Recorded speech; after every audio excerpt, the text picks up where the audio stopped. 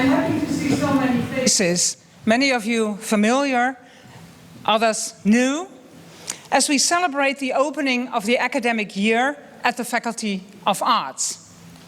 My name is Tony Visser, and as the Dean of the Faculty, it is my honor to welcome each of you to the 37th edition of the Arts Lecture, which marks the opening of our academic year. Before it turns very official, I hope you all had a beautiful summer. Mine was very beautiful, and I thought it ended yesterday evening as I ended up in the pouring rain, and I thought my bike would turn into a boat. It was really... so that was the end of summer, but now it's hot again, so probably that was too early. I'm now returning to my official speech, of course. Looking back at the past year, staff and students have shown impressive results.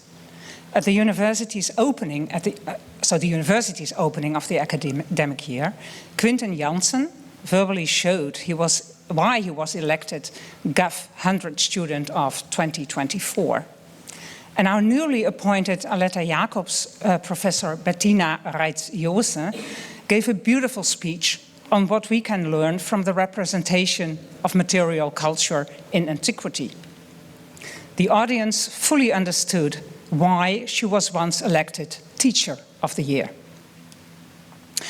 And on the 21st of September, we have the the Arts Festival on the Harmony Place, and please, everybody should come to see the beautiful things that we do.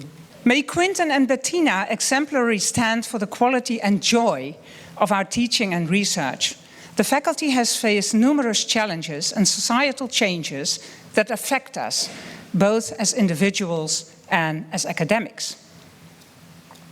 Although the wars in Ukraine and Gaza, Israel, are occurring at a physical distance from us, they impact our lives on a daily basis.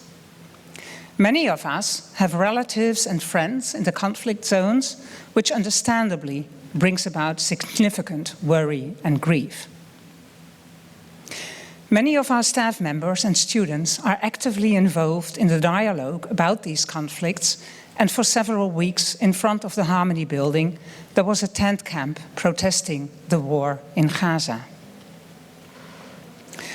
But also on a more local level, we are dealing with big changes. The political sentiment in the Netherlands is shifting, and attitudes towards both academia in general and the humanities are shifting as well. The general agreement of the newly installed government includes several new plans and changes to commitments from the previous government for the universities.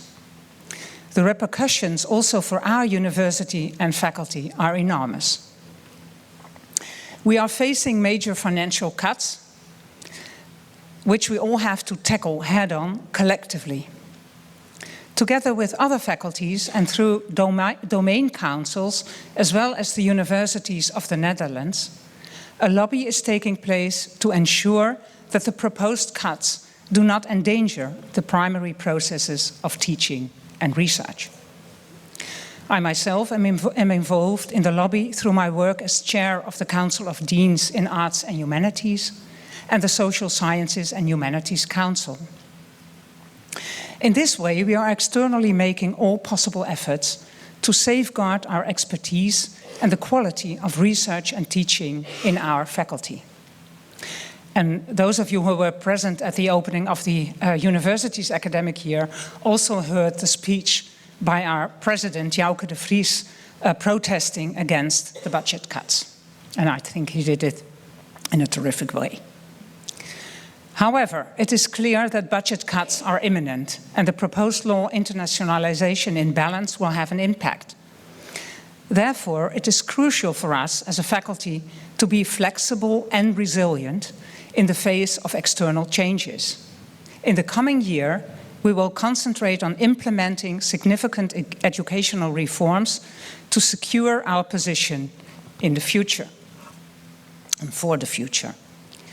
We will streamline our teaching programs by offering larger courses, less courses, and by implementing faculty-wide courses.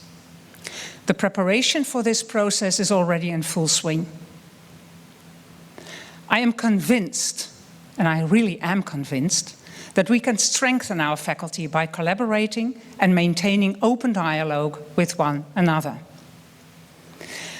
I understand that changes and uncertainties affect not only the faculty as an organizational unit, but also each staff member individually. Many have reached out to me or my colleagues in the FB to express their concerns about their positions and work pressure. As the faculty board, we prioritize the well-being of our staff and students throughout this process.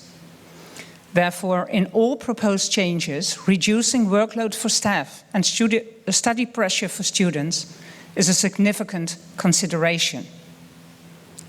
The faculty board will continue to engage with the community to share information and address any concerns that you may have.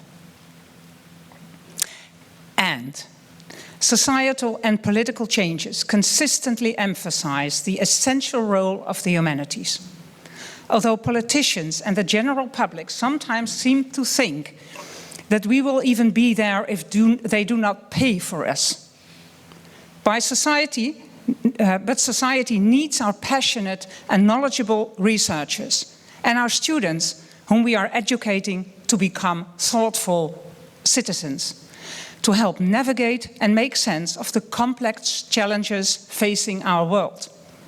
Climate change, global conflict, immigration, and advancements in AI and robotics must all be analyzed through the lens of humanities research to ensure that our society is well equipped to address the challenges that await us. Today's lecture by our guest speaker, Ellen Rutten, exemplifies, and that's why I like it very much that she is here, the significance of the humanities. She will show us the importance of the power of words and the stories we tell in a war-torn time. Ellen Rutten is a professor of literature of the University of Amsterdam and co-founder of the academic solidarity project, the University of New Europe. She studied Slavic language and literature here at the University of Groningen in our faculty. Her research interests include post-Soviet literature and art, digital media, social media, and memory discourse. In addition to her academic work, she writes background articles and essays and contributes to various media and scholarly publications. Her lecture is titled, "Why News Stories Matter in Times of War." Thank you, and let's extend a warm welcome to Ellen.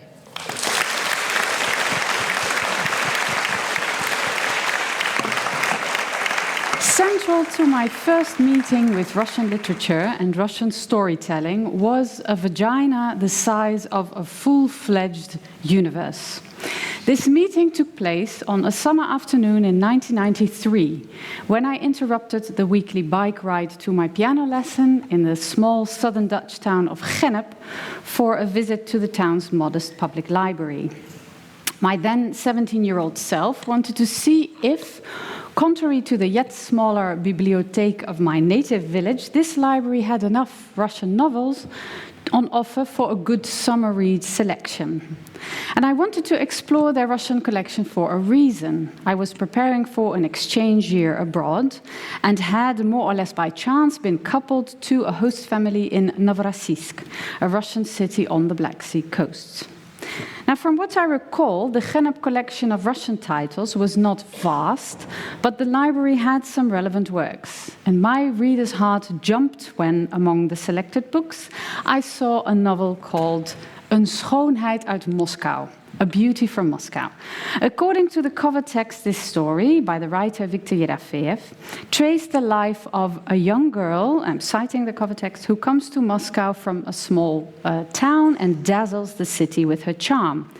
an elegant girl, a move to a new city, a generic title that forebode useful insights into the Russian soul, a beauty, Moscow. This sounded promising. So I opened the volume to test its style and sphere, and I landed in a puzzling scene. The opening lines seem to lead the reader into a simultaneously wicked and wonderful world with a somber, mysterious palace, these are citations from the opening passage, sunny valleys with bergamot trees blossoming with a delicate light blue color, and tight elastic objects swaying like loose airships. The confusion disappeared when, after about half a page, I realized that I was not really reading about a strange universe of serene hills and flying objects, but that, together with the narrator, I was looking deep into a human body, that of Ira, that same Moscow beauty after whom the book was named. More precisely, the novel's narrator had directed his readers, yet more precisely in this case, this teenage reader, straight into the heroine's private parts. And what I was reading were the thoughts that this body part elicited in a male gynecologist who contemplated dark, enchanted worlds as he examined Ira internally. So when I gathered what the scene was describing, I had a laugh, raised a brow, and I turned to other volumes. What I had in mind as summer reads were not kinky doctor reads, but tales of actual green hills, forests, or love stories at 19th century gentry estates. In Gennep and later in Novorossiysk's town library, I did find those stories. And in the course of my year abroad, in this nice seaside town, I devoured them. So on the slide, you see some impressions of that year, the region, and of me with other exchange students, and 1990s hairdo included among my classmates and teachers. I read and reread, first in Dutch and English, then in the original language, at school, on beaches, in our apartment kitchen, poems, plays, novels by Pushkin, Dostoevsky, Turgenev, and many other Russian classics. And with time, I had an insight that maybe sounds familiar to some students here. I realized, rather than just reading these and other literary texts, I want to examine the bigger stories that they tell us. So put more pointedly, what I understood was my future lay not in the, in itself, quite valuable field of international relations that I had always considered my sole ticket to a useful career, naive me. My future instead turned out to be that of a professional reader. And this discovery sounds straightforward now, in hindsight, but it took time. And after my gap year, I took that time during a wonderful decade of discovery at this university and faculty. Here you see me halfway when I was handed my diploma in the room next to this one. In 1994, I enrolled here as student in Slavic studies, the study of Russian and other so-called Slavic languages and literatures. In the year 2000, I graduated to then continue my studies with PhD research on Russian literary history.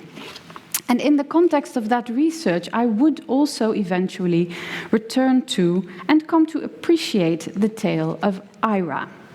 I analyzed her story in detail in my dissertation, which I defended right here, I think here, but I'm not sure. No, exactly there, maybe. Okay, so I climbed up.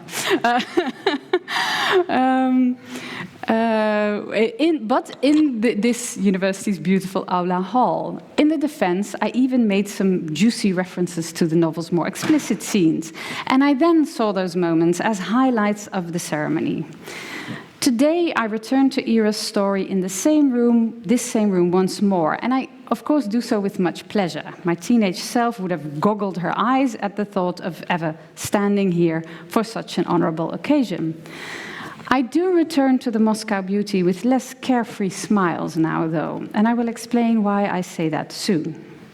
But first, let me thank you once again for being here and for taking the time to join me in pondering an important but underrated matter. Why new stories matter in times of war? Why do I propose that you start your semesters by pondering this topic? Why is it useful that at this start of a new academic year, we return to the broad old question, why do stories matter? And why would stories matter to us, especially in times of war? Today, I will reflect on these questions and their ongoing importance together with you. And I do so with several current disturbing wars in mind. Tony mentioned them also in her introduction, but with special attention for Central and Eastern Europe. And I want to start my reflections by explaining how I understand the word stories.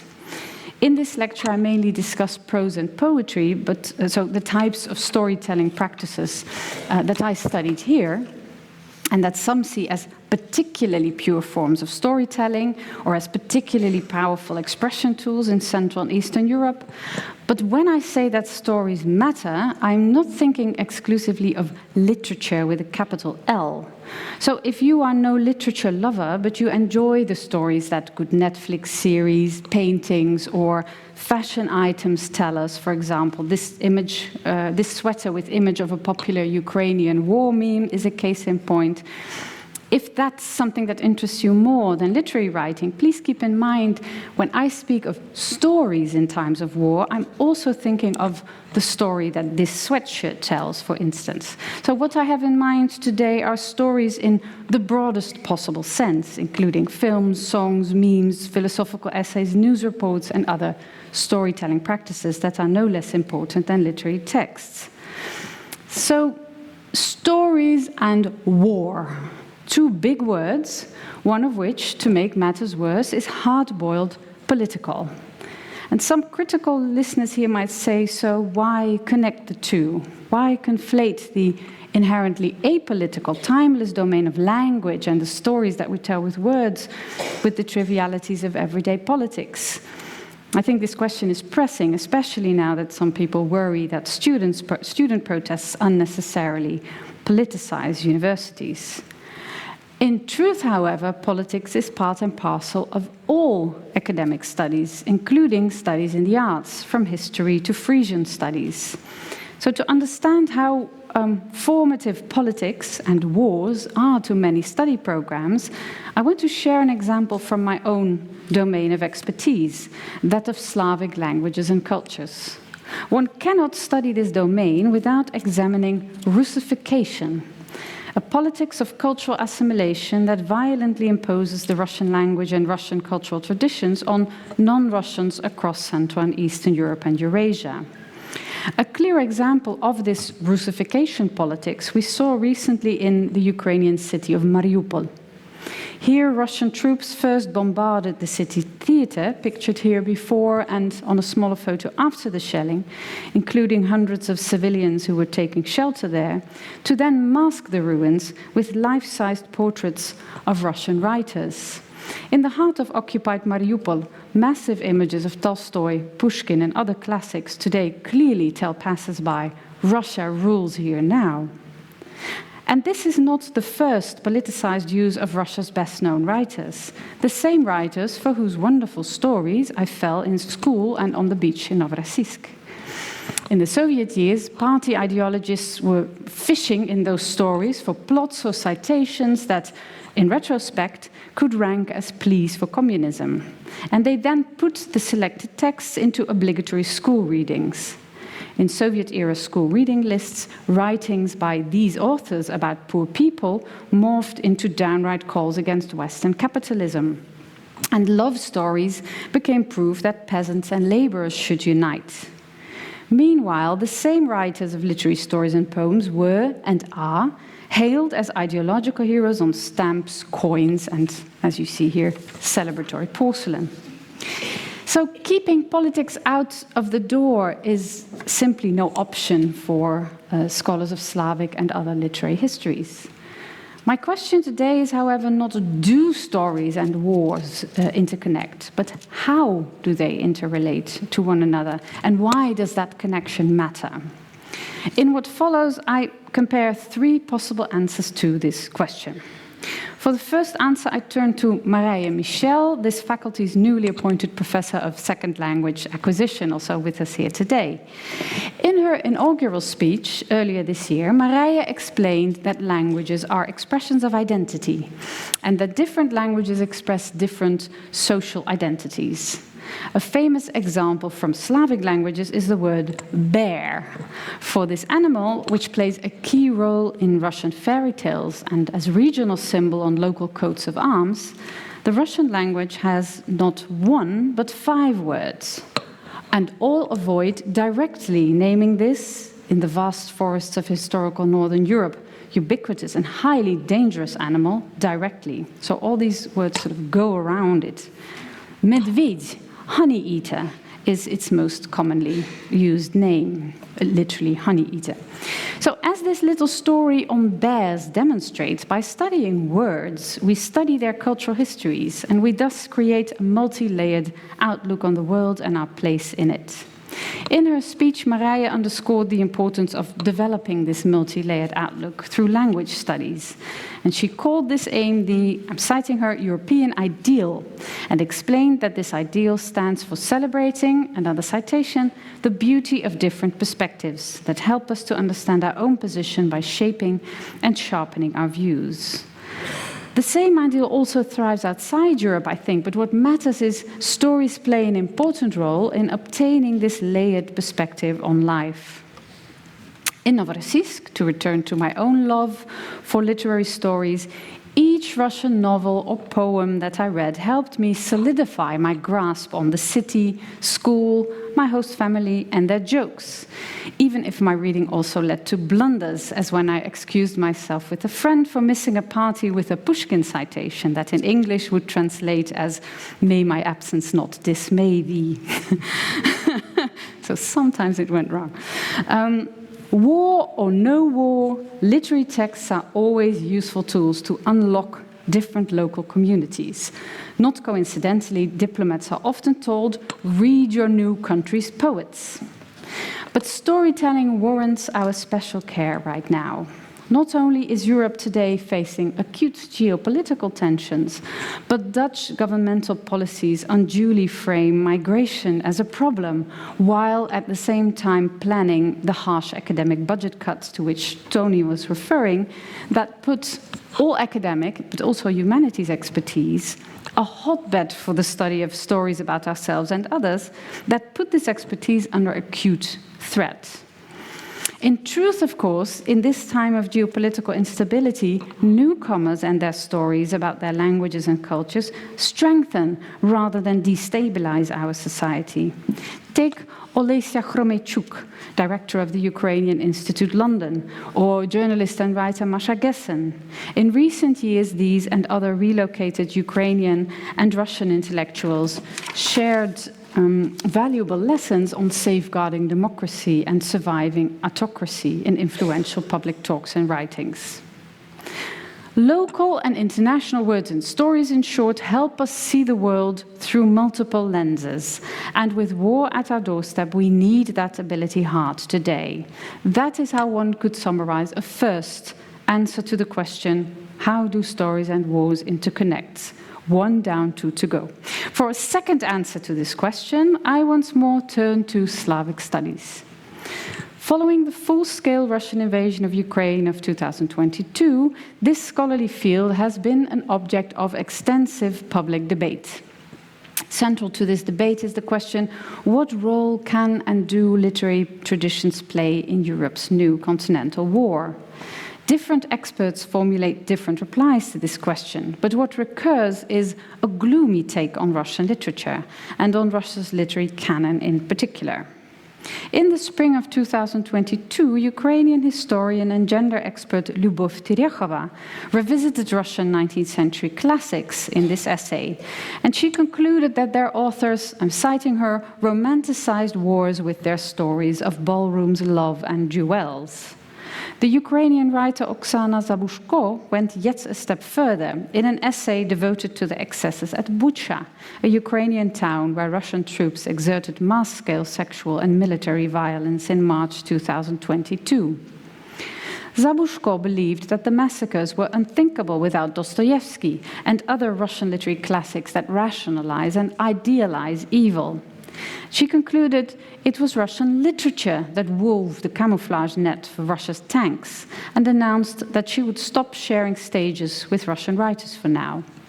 These and other claims that Russian literature is not innocent, as another expert put it, raised counter-concerns among other specialists. The American Slavic scholar Gary Sol Mawson worried about an immoral cancel culture. Those were his words, that boycotted all things Russian, for instance. And Dutch Slavist and curator Schenk Schijen warned for an, I'm citing also, attack on Russian literature that demanded powerful counteraction. Now, in my own writings, I prefer showing this debate to taking drastic positions. But I do think that the controversies about Slavic studies merit our close, serious attention. And at this somewhat conflictual point in my talk, I want to return to my promise to revisit the Russian beauty with whom I started. In defending my PhD thesis in this room, maybe not here, but somewhere here in 2005, I joked about hard-boiled pornographic imagery in Russian beauty, and I dismissed feminist critiques of these and other Russian novels. This was the 21st century. Surely we were beyond feminism now. I also knew today that my opening lines on Yerafeyev's novel would spark some laughs, but I feel less comfortable with the laughter now, and this discomfort is not unrelated to the current self-critical debates in Slavic studies. Just like many colleagues today, I often catch myself, involuntarily almost, rereading Russian classics in the shadow of the Ukraine war, to borrow the title of this recent influential essay in The New Yorker by writer and Slavist Elif Batuman. In the essay, Batuman explains that together with new insights in post-colonial studies, the war has complexified her view on her favorite Russian stories. She assures readers she still loves her classics, but her understanding of them has become less problem-free. Upon rereading them for her, I'm citing Batuman, their hidden mechanisms of patriarchy and expansionism suddenly came into focus as two facts of the same apparatus. She frames it a bit technically, but I recognize this altered reading experience, and I'll explain what I mean when I say that. So the 17-year-old me laughingly put Yerafeyev's literary experiments aside. The 20-something-year-old me enjoyed his bright, funny, moving intellectual play with Russian literary cliches. The 48-year-old current me still appreciates Yerafeyev's, Dostoevsky's, Tolstoy's subtlety, and in our study program, we do not ban them or others. But today I look with different and less carefree eyes at the grand vistas of Russia, of life with capital L, of woman with capital W, that are part of the package deal of reading most Russian writers. Take again Russian beauty. Sure, its opening scene is smart and comic, but it is also a schoolbook example of the male gaze, as feminist scholars call a habit among writers and artists to depict women as sexual objects meant to pleasure male viewers. And sure, Yerafeyev satirizes nationalist ideologies, and he left Russia as soon as full-fledged war broke out in Ukraine. But the same Yerafeyev is also part of a literary tradition that to this day remains hyper-focused on these ideologies and on cliches of a grand Russian soul and of women as its ultimate incarnation. Those cliches are, put mildly, not always friendly to anything non-male or non-heterosexual. Now, before I leave the Moscow beauty for what she is, I do need to add two disclaimers. The first is, of course, sexism is no exclusively Russian problem, nor can Russian literary circles be reduced to imperialist, anti-feminist old men's clubs. And I just wanted to give you two faces to sort of visualize it, that it can be very different too.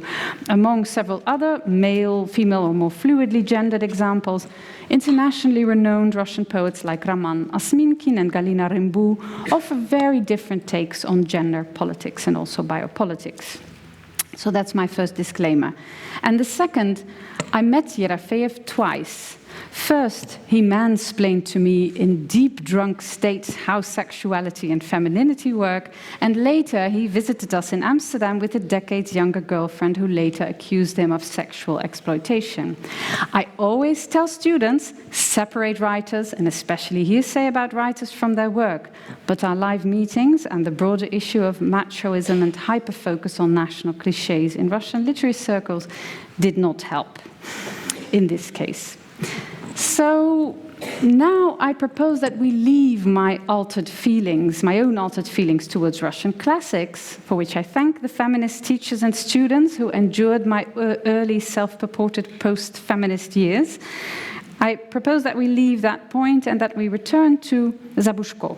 She goes far, of course, in straightforwardly accusing Russian literature for the violence in Bucha. But her essay is no wholesale nonsense. Her claim, provocative as it is, reminds us that literary storytelling can impact actively on concrete personal convictions and actions. Psychologist Jerome Brunner studies these dynamics in detail in a book called Making Stories. Brunner critiques common beliefs that stories are transparent windows on reality. In truth, he explains, and I give a citation from the book, narrative, including fictional narrative, gives shape to things in the real world and often bestows on them a title to reality. So stories, put differently, work not as a mirror of the world, but as a cookie cutter, that's how he also calls it, imposing a shape on it. In The Written World, a study of how stories influence people, literary scholar Martin Puchner draws similar conclusions. Literature, in his words, has shaped the lives of most humans on planet Earth. And Puchner's point is important for the questions on literature and war that we ponder here. Stories do not simply reflect life, they refract life, and they refract and influence wartime life too. Not coincidentally, Puchner starts this book with Alexander the Great's worldwide military conquest. He demonstrates that in waging this conquest, Alexander was inspired by the Greek poet Homer, whose epic poem Iliad the king brought along and tucked under his pillow every night throughout the campaign. Alexander's story is one example from a much longer list of political leaders, activists, soldiers, and warlords who take inspiration from literary and other readings in waging protest or political or geopolitical action. And I think your and our protesting students are a case in point too. They are often good readers of Edward Said or Adania Shibli, for instance, whose work they cite, and sometimes they also bring their books to demonstrations. Make no mistake, is what Puchner concludes. Throughout 4,000 years of world literature, writing has inspired not only, and I'm going to sort of mix up the citation here, but it not only inspires the birth of religious beliefs and of philosophical and political ideas, but also the rise and fall of empires and nations. This does not mean, to return to the war in Ukraine, that Russian soldiers jointly chant Dostoevsky while they're aiming their tank barrels. They don't, and many soldiers will prefer social media scrolls to reading novels or poems. What it does mean is that we need to study Russian and other languages, literatures, and cultures, not just because these studies broaden our perspective on life, as I argued earlier, but also to stay safe. This second reason why storytelling matters in times of war, know your enemy, is much more important for the war in Ukraine than we may realize here in the Netherlands. After all, as we saw, Russia's literary classics traditionally played a vital role in Russian daily life and education. Remember the writers' portraits in Mariupol and the Tolstoy flower vase. Of course, it may not surprise you that I, as a professor of literature, promote the study of stories, but I'm not alone. In 2014, in newspaper NRC, 3 well-known Dutch public intellectuals, a Slavist, a former state secretary for culture and education, and an economy professor, already alerted readers to the intellectual, economic, and military importance of language, literature, and philosophy programs at Dutch universities. And in recent years, in public talks that I had with former heads of the Dutch armed forces, they made the same point specifically for military domains. They insisted for success in foreign conflict situations, We must equip defense experts with maximally broad, including historical, literary and linguistic knowledge of different cultures. Former Commander-in-Chief Tom Middendorp, who's also on this picture, explained how fieldwork had taught him firsthand that, I cite him, we succeed so much better when soldiers operate with cultural awareness, end of citation. These insights tell us an important lesson about the war in Ukraine.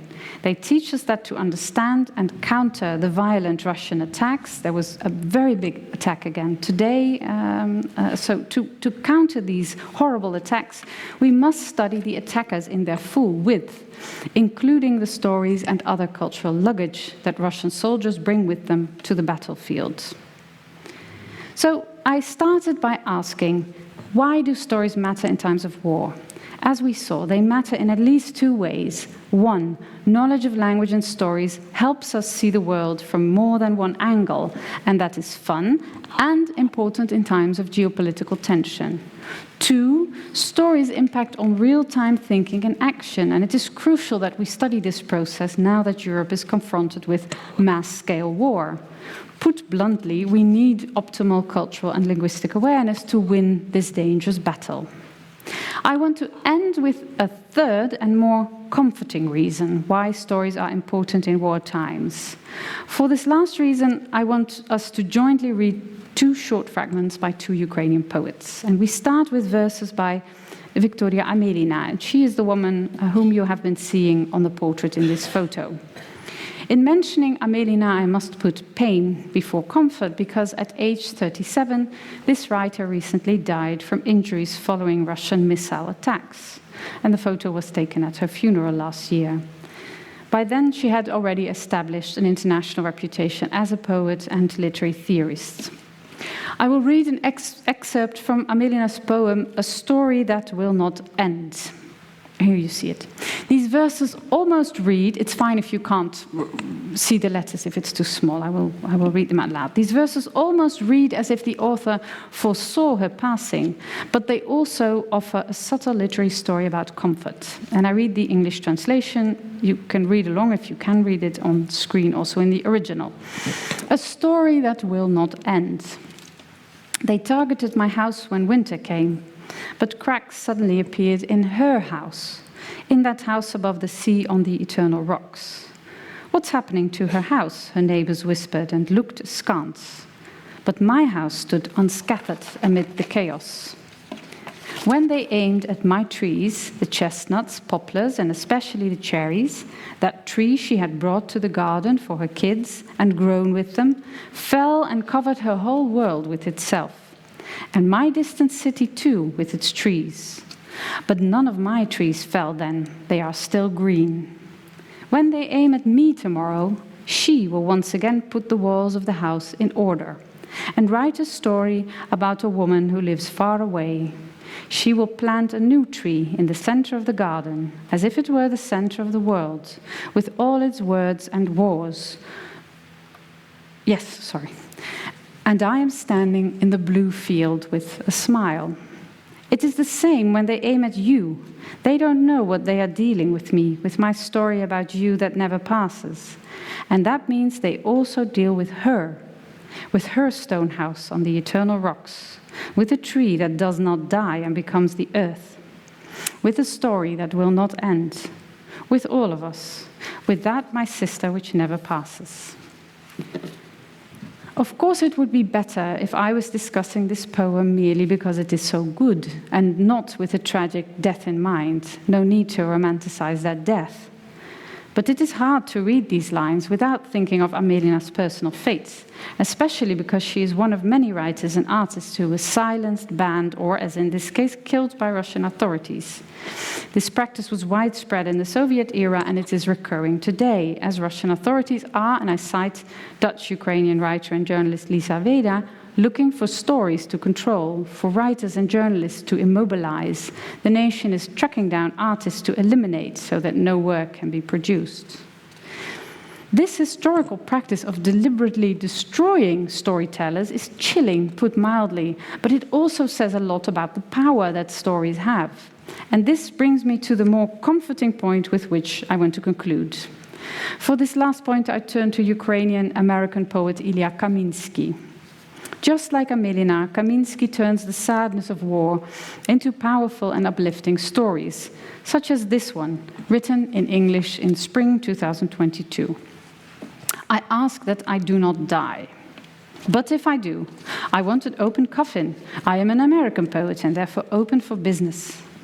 Owls peck the windows of the 21st century as if looking for the board members of Exxon Mobil who. Listen, my beloved nothings, your seriousness will kill you. But before you die, my doctors have prescribed happiness. Now, we would need another lecture to dissect these verses. It's fine if you don't understand all of them. I don't. But here I merely want to underline the unexpected combinations that make them so strong. A central theme in the poem, which Kaminsky wrote just after Russia started the full-scale war in Ukraine, is death. Die in the title, the coffin, the line on when you die. But he pairs this existential motif to confusingly casual-sounding reflections on corporatism and emotion. I'm open for business, for instance, and your seriousness will kill you. Around the time that Kaminsky published this poem, he was interviewed by Dutch newspaper NRC. And the interview offered insightful reflections on interconnections between war and storytelling, but also on questions that people often ask here about humanities and relevance. In the interview, Kaminsky explains how a friend wrote him that the war was mere entertainment, reality TV for Western audiences. And I asked, the poet says to the interviewer, what can I do? The answer was, Putin's come and go, send poems and essays for our journal. In the heart of the war, he asks for poetry. Can you imagine? The request for poetry amidst bombs is remarkable indeed, but what stayed with me is what happened next. The interviewer continues by asking, and can poetry fulfill a function? Kaminsky then answers that this is an interesting question because it is so Western. Critics from Western Europe, he explains, often ask, does poetry still matter in this age? In response, he offers an example. A friend in Kiev wrote to me that at night at the metro stations where she took shelter, she would recite poetry. That is how she and her surroundings kept their senses. The question if poetry matters, I think, comes from someone who is privileged. It can only be asked by those who always have words for the positions in which they find themselves. Most of us lack that privilege and need poetry. When someone in a shelter recites poetry to survive this way, then that is proof that poetry matters. With this down-to-earth take on what words can do, Kaminsky confirms what studies of arts and well-being increasingly underscore. The making, hearing, and reading of stories makes people and societies healthier and happier, or in war contexts, less unhappy and more resilient. And before you fear that I idealize stories, other studies say, well, reading also makes people better bullies. There are studies that say that by Stanford University, mind you. But we ticked that box already today, I think, with Zabushko on Russian literature after Bucha. Soviet and Russian political leaders have long known this. They were and are well aware that stories, tales, poems are no plain pastime for the well-off. Stories can be fun, of course, but when life becomes difficult, they are also fuel that we need to stay alive. Kaminsky puts it this way in the final words of his interview. Sometimes wording is all you have left, and that is why we cannot treasure poetry enough. So I want to end with some words of encouragement for those here who, like me, after that confusingly physical introduction to Russian literature and my adventures in Novorossiysk, who also start here a language or other humanities program this year. To you I want to say, do take the words of Kaminsky at heart and never get distracted by inquiries on the relevance of your study plans. Why humanities, languages, stories matter. That is a very silly question to ask. You are starting your studies in deeply discordant historical times, and in that difficult war-torn setting, it is unthinkable that we do not devote minute study to words and stories. We saw that studying and reading stories helps us stay open to others. We saw that it helps us to stay safe. But stories also simply help us to stay sane. My story ends here, but it comes with a PS. I ask your attention for the many Central and Eastern European writers, artists, scholars and students who, as we sit here, are now at the front, on the run, or otherwise at acute risk. The University of New Europe, Tony mentioned it in her introduction also, is an academic solidarity project with which colleagues and I support these at-risk groups with a mentoring program and other help tools. Our means are small and we need more support. Helping us is simple. You can donate and the scholars among you can become mentors.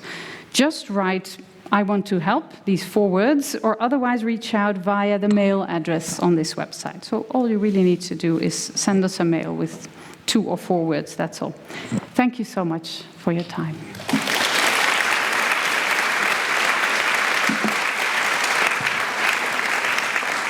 And we're moving on to the questions and answers round. My name's Julian. I'll be hosting this Q&A here. I'm also a student like some of you, but unlike others. I'm a bachelor student in media studies and also a student assistant at the Marketing and Communications Department at the Faculty of Arts. True pleasure and an honor to be here with you, Ellen, but also with everyone in our Aula. I'm not sure if there's also people in the other room, but if there are and they're watching the live stream, the same goes for that. And of course, you'll get your chance to ask your questions, but first I get my very own chance first. Yes, so let's go back in time a little bit to the beginning of the lecture, but also to 1993, right? To your first encounter with A Beauty from Moscow. Really interesting book. When I was preparing for this, I was a little bit surprised by the opening lines of the lecture, right? And then it kind of all made sense. But I think your experience with this book really exemplifies that sometimes you have to reread a story a few times. Maybe even some time has to pass, and that story can change its meaning. And I really like that you emphasize how stories not only reflect life, right, but they also refract it. So it's really important to understand the stories that we come across, but in such a time of urgency around wars, right, we're often not left with so much time, especially in the era of the internet. We get so many stories to our devices and to our senses every day. So my question for you, Ellen, is do you have any tips on how to get a well-balanced perception of life from the stories that we come across, listen to, watch, or even wear, like the example with the hoodie? Thanks so much for that question, and the pleasure is mutual, Julian. So, in a sense, it's a practical question, I think, and maybe my answer is also practical about time management. You cannot read everything, and I didn't talk about this so much in the lecture, but of course, social media, digitization really changed what we read and how we read. I guess my imperfect answer to your question is to combine. So there are some stories or books that I really like rereading. There are not many of them, but some I reread.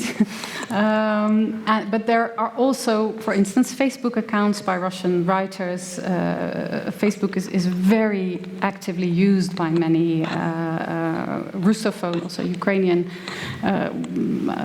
Central European writers and artists who use it to share their thoughts. And when I consume those stories, like short media posts, I tend not to reread them a lot. But I at least try to combine them with sometimes archiving a post that I find particularly valuable, or sometimes rereading something. So for some things we can find the time to reread, but there's no harm in scrolling social media feeds and combining the two. I guess this would be my answer to your question. It's a good question, and it's a difficult task. Thank you. Yeah, it totally makes sense. I mean, yeah, as you said, time management and maybe some critical thinking skills can definitely help. Now, my second question, unfortunately, not very light-hearted like the first one. You mentioned that it's still a chilling reality that some writers are being prosecuted or even killed in some parts of the world due to their literary work, right? Whether it's journalism or authors. And I want to hear your opinion.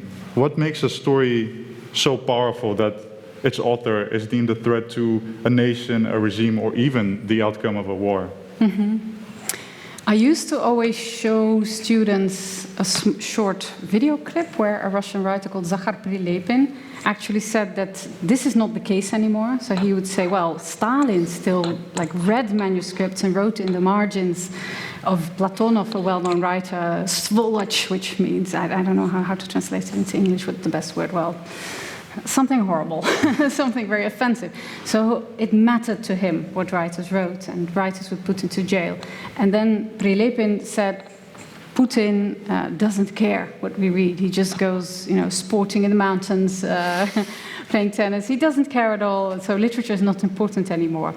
And we would discuss this in class, etc. But I think increasingly in recent years, we do see that there is this sort of fear also of authorities, of the Russian authorities, towards what people write. Recently, a Russian playwright was put into jail just for the text of a play.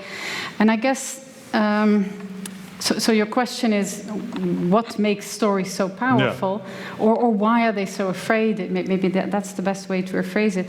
I think that they've seen that history proves them right in fearing stories. If you look, for instance, at the abolition of serfdom in the Netherlands, or of slavery in the Netherlands, of serfdom in Russia, at the Russian Revolution, all those major political events would have been unthinkable without writers buttering up audiences and making people enthusiastic for their ideals. Maybe just to, and then we can conclude, but about the abolition of slavery, we now tend to think of sentimental, or the word sentimentalism, as something, well, pejorative, something negative, maybe. You shouldn't be too sentimental. But sentimentalist writers really did a lot, poems, novels, for the awareness among people that, oh, actually, slaves have feelings, or peasants have feelings. It sounds funny if you put it that way now, but the stories really did something to people, and they really played a very important role in these big political transitions. So the authorities have good reason to be afraid. I don't know if this answers your question. No, I think it does, yeah. No, definitely. Thanks so much for your answer. I think it's only fair to give the audience the chance to ask some questions, right? We're going to do it in a really education fashion here with raising hands. I think it fits the environment of a lecture. And I have two of my colleagues here, Alana and Amber, and they will pass a microphone to you so that everyone can hear your question. So please first give a brief introduction about yourself and then ask your question. So if we can raise, I see already there one. On this side, yes, the gentleman with the white shirt and the mustache, yes. Here? Yeah, now you need to start describing people. That's who I've become. Hi, Jesse Crane-Sieber. I'm a faculty member in international relations from the US originally. And I'm curious what lessons, as a survivor of a period in which higher education's been under systematic assault in the United States, highly politicized, particularly those of us who work on gender and race, which I do as well. I was curious what lessons you feel like could be imported to the Dutch context as we're facing a new and increasing level of pressure on us in the humanities. Thank you. Oh dear, yeah.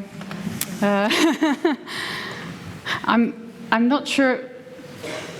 What you're describing is awful, and I'm very worried about the direction that in which it might go in the Netherlands. But I'm trying to think of how it also relates to the things that I was telling. I'm not sure if I have advice on this, on how stories can help us. What I do know is that in difficult cases like these, I tend to go back also to historical stories. I'm reading, for instance, a fantastic novel at the moment by Goliarda Sapienza, an Italian writer from the 1970s. And for me, it's really comforting to see that she already spotted some things. I don't know, she has some really interesting insights on what we might now call queerness, or violence towards gender nonconformism, and it really helps me to see that somehow she survived. She got through this. She has been writing fantastic things about it. So it always helps me to go back in time. But I'm not sure if this answers your question. It's very, very worrying, and I hope that in the Netherlands we won't get to the point where, well, to the types of measures that we've seen in the US in recent years. Thank you. There's already more hands. Now, sorry, I'm not sure who was first, but I'll move it to this part of the room first. There was a question here again, this time a lady with the white shirt. Here, second row. Hi, so my name is Anna. I'm a communications bachelor student from Ukraine, actually. It is quite important to me. It was very nice how you acknowledged Russification really in your speech. And it is quite validating for myself, and as I think many Ukrainians interested in literature, to see how with the war suddenly there has been some shift of attention to the stories and writers previously silenced, mostly by Russian imperialist regimes. What is interesting to me, especially to ask you as a Slavic studies professor, is how do we do it best, especially in Western university, with the colonizing Slavic studies and making sure that those voices from Ukraine, but also Belarus and other silent, less visible Slavic languages are heard and also well studied within the Slavic departments and not only Russian, for example. Thank you. That's such an important question. And it's so difficult too, but extremely important. So this may not be familiar material to all of you, and we don't need to go into details, but it may be good to realize that many Slavic studies programs, I'm sure you are referring to this too, are very Russia-focused. And it's not the case that we are suddenly all anti-Russia, not at all. As I said, we don't ban any Russian writers. But I think that the war really did, so shells fell off many eyes in the past 2 years on just how Russia-focused many programs are, on the extent to which we've called writers whom you might as well frame as Belarusian or Ukrainian, we've called them Ukrainian or post-Soviet in courses that were courses on Russian literature. So at least with small steps, you cannot suddenly revert and completely destroy existing programs, but we're trying to change that. And in Amsterdam, we've also launched a minor in Ukrainian language and culture now.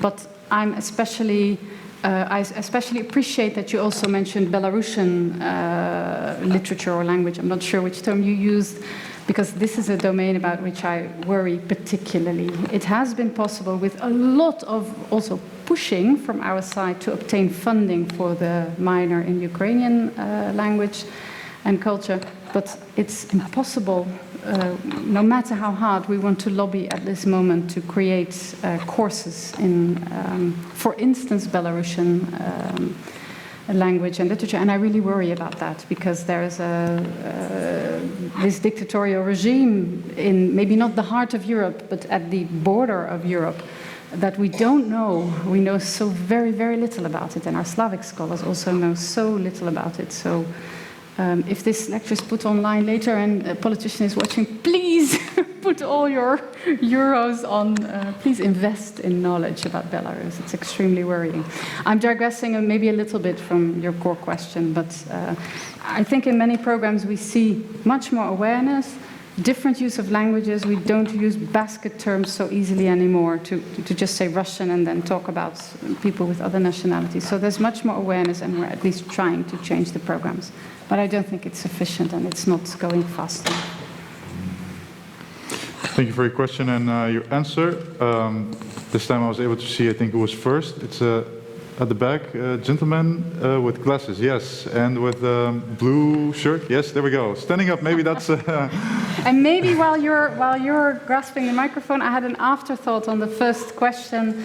I just thought what may be also relevant to some of you here is what at least I try to do in my classes is to show students that when you talk about gender studies or issues with gender, also historical issues, this is not about enforcing an opinion on students, but it's really about new insights or existing insights that we are revisiting now and that are, I don't know, if you say scientifically based, it always sounds ugly, but it tends to help when I show it to students as a menu and say, you can make your own, you can form your own opinion, but please be aware that these are the insights on which we base ourselves with programs that some politicians might call woke or cultist or, I don't know, like a sort of sect. And then we don't tend to have controversies in the classroom, students feel free to at least make their own pick. I don't know, this was a short PS. Hi, I'm Thor van der Graaf. I'm an alumni. I recently finished a research master's in literary studies, and I'm hoping to start a PhD soon.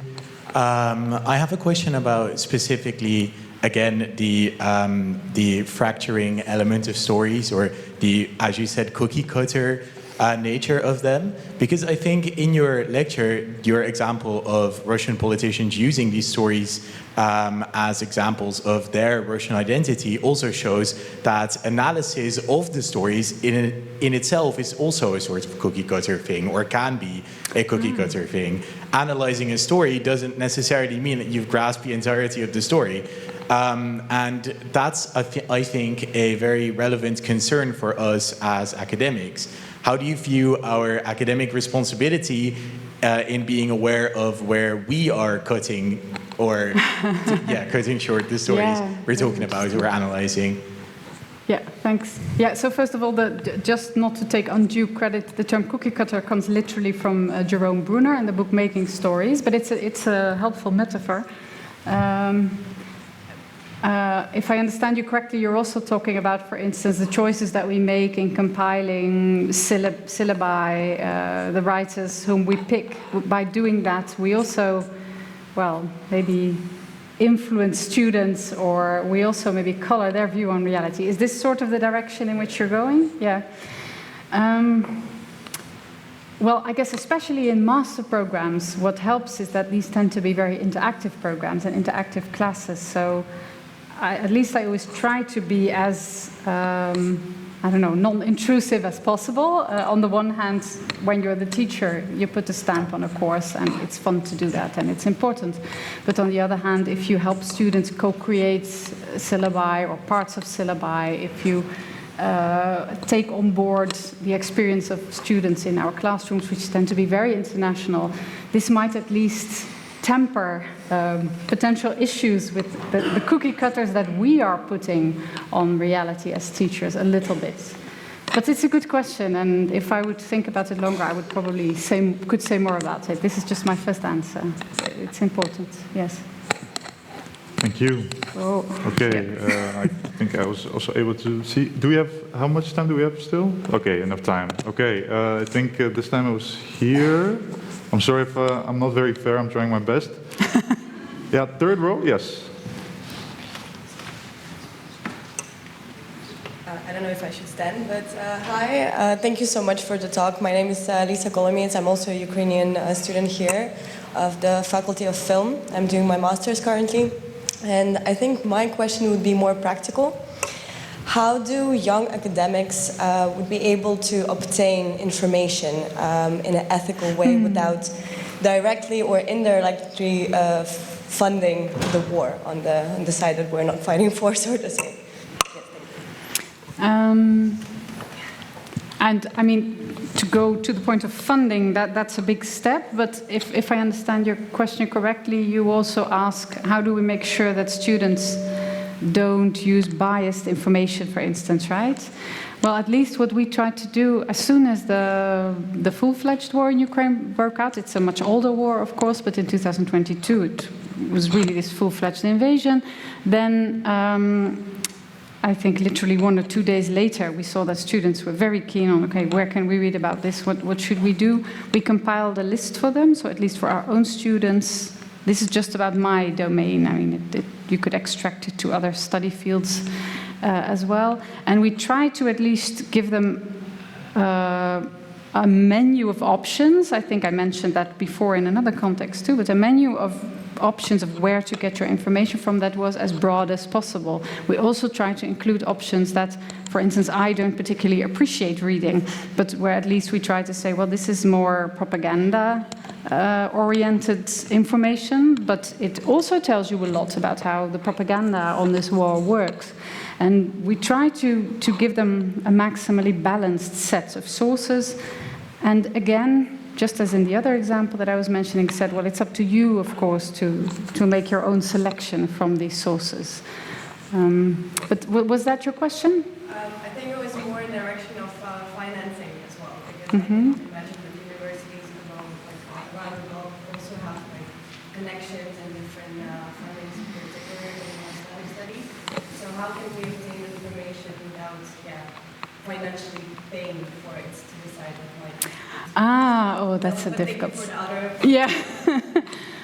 I might need to think a little bit longer about that question to be able to answer it well, but it's also a very important question. And, well, speaking of financing in a slightly different context, what I noticed in, for instance, compiling a lecture series where we invited speakers from Central and Eastern Europe in recent years, artists, musicians, writers, I noticed that it was also a topic for some of the speakers that they did not, some Ukrainian speakers, for instance, did not want to be in a series which included many Russian, well, especially rich Russian dissidents, for instance, who would then accumulate yet more money. And they were really asking us questions about this and saying, well, if you organize a lecture series with many Russian speakers, you're also funding, so to say, the Russian side. Now, you don't need to agree with that vision.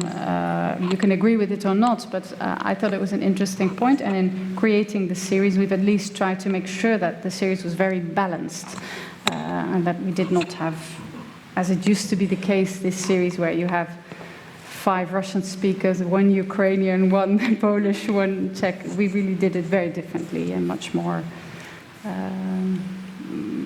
well, much more spread over different places. And that way we were also able to fund scholars and artists and writers at risk from different places. Well, it goes in a slightly different direction than your question, but it is about the important topic of funding. Where do our funds go, our academic funds? Okay. Yes. One more question. Thanks for, we have time for one more, but of course, thanks for your question and thanks for taking the time. But okay, we have a very eager hand here, third row. Tendency for people to wear white today.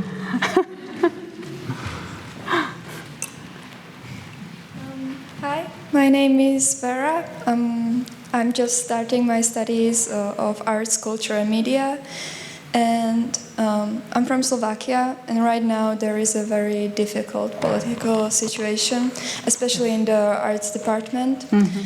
And a lot of the leaders of this department are from a party that is not very inclined to art, and that means they are trying to censor and limit creation of new stories. And what I hear in this community of artists in Slovakia is the question of, do they stay in the institutions of art even though it is being censored, the directors are being replaced by the parties, politicians, or do they leave and therefore limit the flow of the new stories that they could create with the support of these institutions, even though they are being censored? Yes, that is such a difficult dilemma. Well, I'm very glad that the slide on the University of New Europe is still there. I repeat my call for support. A mere mail saying, I don't know what to write in this mail, but I want to support Slavicists, we will explain. We are very hands-on, so we don't have fancy donate buttons, but it's very small scale and it really goes to the right people. Why I'm mentioning the University of New Europe again, in response to your question, is that we also have people in this program who are in this sort of situation, and at least we try to always be open to the fact that what you are describing really is a dilemma. Sometimes people have, it can be very mundane. They have a grandmother, dogs, children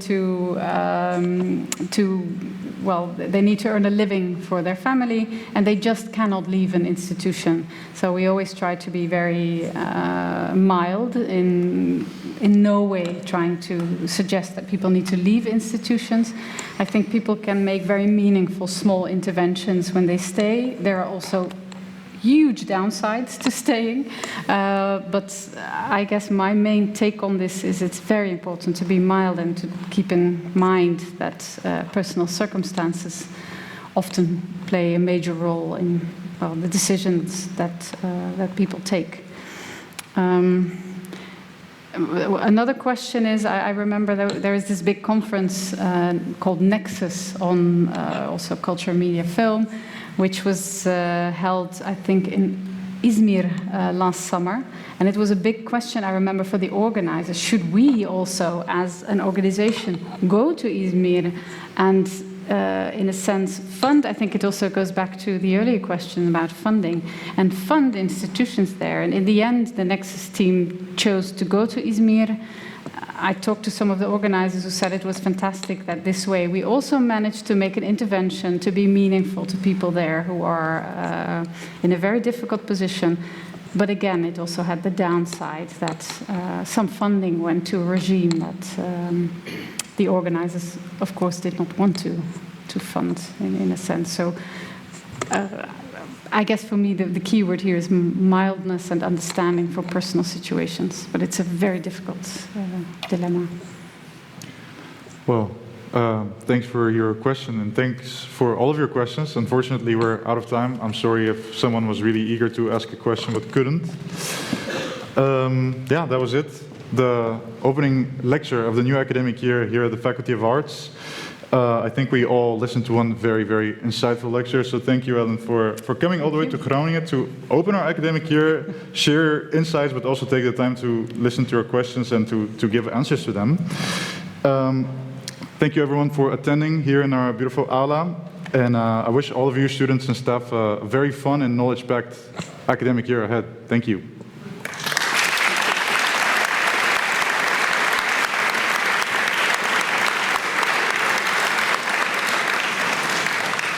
And thank you for the good questions. It remains my pleasant duty to not only thank again Ellen. Oh, thank you. With much warmth.